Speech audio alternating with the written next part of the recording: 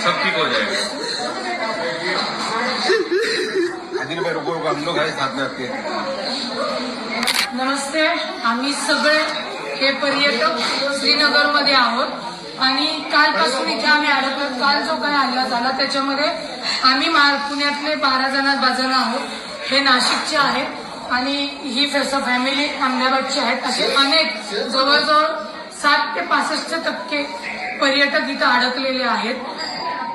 कालचा हल्ला झाल्यानंतर आणि बातमी आल्यानंतर सगळे प्रचंड घाबरलेले आहेत। मला प्रशासनाला एवढंच सांगायचे की कृपया इथनं विमानाची सोय तातडीने करावी।